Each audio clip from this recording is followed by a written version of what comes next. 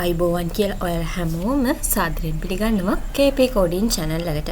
ඉතින් ඔයාලා අද මේකතු වෙලා ඉන්නේ C programming video series එකේ 15 වෙනි වීඩියෝ එකත් එක්ක. අපි මේ වීඩියෝ එකේදී කතා කරමු C programming වලදී if else statement එක නැත්නම් if else condition එක කොහොමද පාවිච්චි කරන්න ඕනේ කියලා. මුලින්ම අපි බලමු මේකට අදාළ syntax එක මොකක්ද කියලා. ඉතින් මේ තියෙන්නේ if else function එක if else statement එකට අදාළ condition එකට අදාළ syntax එක. ඔයාලා කලින් if condition එක ගැන කතා කරපු වීඩියෝ එක බැලුවා නම් මතක ඇති.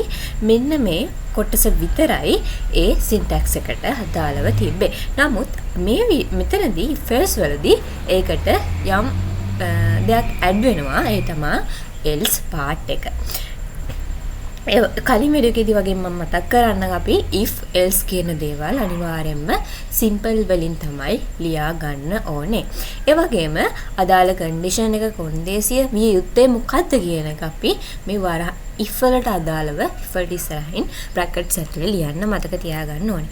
ඒ වගේම if වලට අදාළව run විය යුතු codes අපි සංගල වරහන් දාලා ඒ සංගල වරහන් ඇතුලේ ලියන්න ඕනේ. ඒ වගේම else වලට අදාළව run විය යුතු code ඒත් සංගල වරහන් දාලා නැවත ලියා ගැනීමක් කරන්න ඕනේ. ඉතින් මේ condition එක true වුණොත් සත්‍ය වුණොත් තමයි if වලට අදාළව තියෙන codes run වෙන්නේ. වගේ මේ condition එක false නම් කලින් වගේ නෙමේ else වලට අදාළව තියෙන codes ටික run වීමක් සිද්ධ වෙනවා. true වුණොත් මේ else වලට අදාළව තියෙන දේ රන් වෙන්නේ නැහැ. ඉතින් අපි එහෙනම් පුංචි උදාහරණයකට ගිහින් බලමු මේක කොහොමද වෙන්නේ කියලා.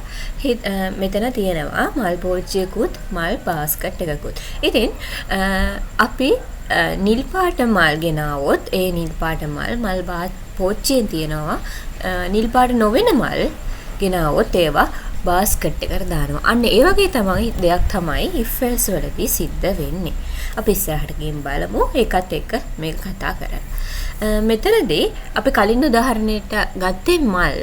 ඒ මල් නිල් පාට නම් එයා පෝච්චියට දානවා. ඒ කියන්නේ මෙතන අපි කන්ඩිෂන් එකට දාගන්න ඕනේ ගේන මල් නිල් පාටද කියන එක තමයි මේ කන්ඩිෂන් එකට දාගන්න ඕනේ. එහෙම නිල් පාට නම් කියන්නේ නම්නේ. නම් මේ එයා පෝච්චියට දාගන්නවා. ඊට අදාළ codes ටික රන් වෙනවා.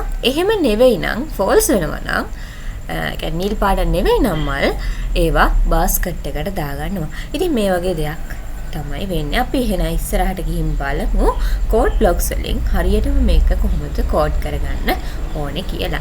ඉතින් කලින් අපි if condition එකට අදාළ වීඩියෝ එකේදී කතා කරපු උදාහරණ මම මෙතනදී code blocks එක කතා කරද්දි ගන්නම්. ඔයාලට මතක ඇති මේ වීඩියෝ එක බැලුවා නම් මම උඩින් link එකක් දාන්නම් ඒ වීඩියෝ එකට අදාළව.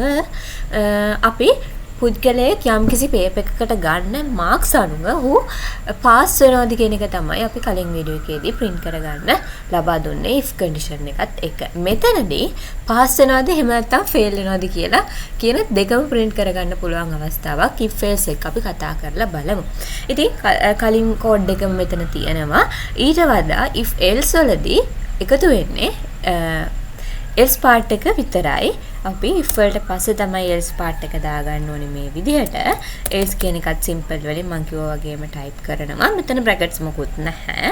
අපි open කරගන්න ඕනේ. ඊට අදාළව code එක ලියන්න. සංගල වරහන් open කරගෙන close කරගන්න ඕනේ. ඊට පස්සේ අපිට පුළුවන් ලකුණු 35ට වැඩි නැත්තම් ඒ කියන්නේ මෙතන තියෙන්නේ වැඩි හෝ සමාන නම් pass එහෙම වැඩි නොවෙනවා නම් ඒ කියන්නේ මේක false වෙනවා නම් එයා fail කියලා print වෙන්න ඕනේ. එහෙනම් අපි printf statement එකක් දෙනවා මේ විදිහට fail කියලා.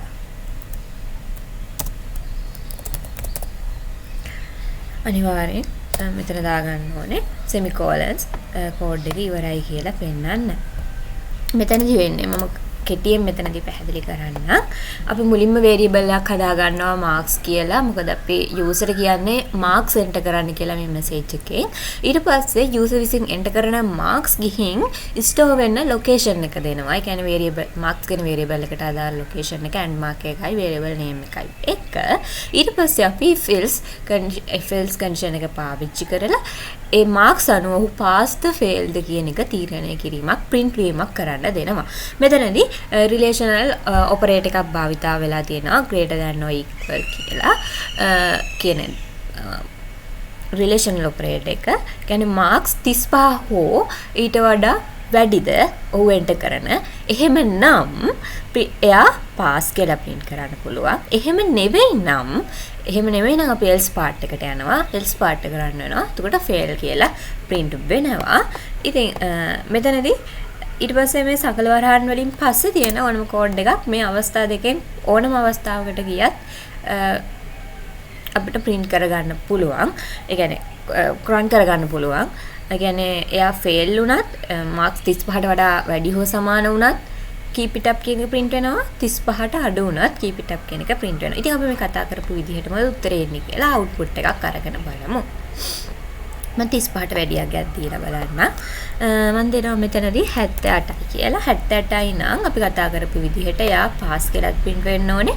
keep it up කියලාත් print වෙන්න ඕනේ. මොකද මේ keep it up කියලා තියෙන්නේ මේ සංගල වරහන් වලට පිටින් නිසා ඒ කෝඩ් එක කොහොමත් run වීමක් සිද්ධ වෙනවා. ඉතින් ඔයාලට පේනවා මෙතන pass keep it up කියලා ඇවිත් තියෙනවා. මෙතන මම new line දීපු නැති නිසා තමයි මේ එකටම ඇවිත් තියෙන්නේ. new line දුන්නොත් අපිට කෝඩ් එක දෙකට කඩා ගන්න අවස්ථා දෙකකින් ගන්න පුළුවන් රූල් දෙකකට අරගෙන. ඊළඟට මම දෙන්නම් 35ට වඩා අඩු වගේක්. අපි හිතමු ලකුණු එයාට 34යි කියලා. ඒ වගේ අවස්ථාවකදී කෝඩ් එක අපි කතා කරපු විදිහට මේක false වෙලා else part එක විතරක් run වෙනවා. else part එක දාලා කෝඩ් එක run වෙනවා. එතකොට false කියලා print වෙන්නත් ඕනේ. keep it up කියලා print වෙන්නත් ඕනේ. මොකද සංගල වරහන් වලින් පස්සේ තියෙන කෝඩ් එකක් නිසා. බලමු මේ විදිහට දෙන්නේ කියලා. ඔයාලට පේනවා මෙතන fail keep it up කියලා message දෙකම print වීමක් සිද්ධ වෙලා තියෙනවා. ඉතින් මේ වගේ දෙයක් තමයි if else වලදී සිද්ධ වෙන්නේ. ඉතින් ඔයාලා තවත් උදාහරණ try කරලා බලන්න. ඒ වගේම අපි ඉස්සරහ videos වලදී මේ වගේම else if nested if වගේ තවත් ගොඩක් දේවල් කතා කරමු. තාමත් අපේ channel එක subscribe කරලා නැත්නම් දිගටම අපිත් එක්ක රැඳී ඉන්න channel එකත් subscribe කරන්න. එහෙනම් ඔයාලා හැමෝටම සුබ දවසක්.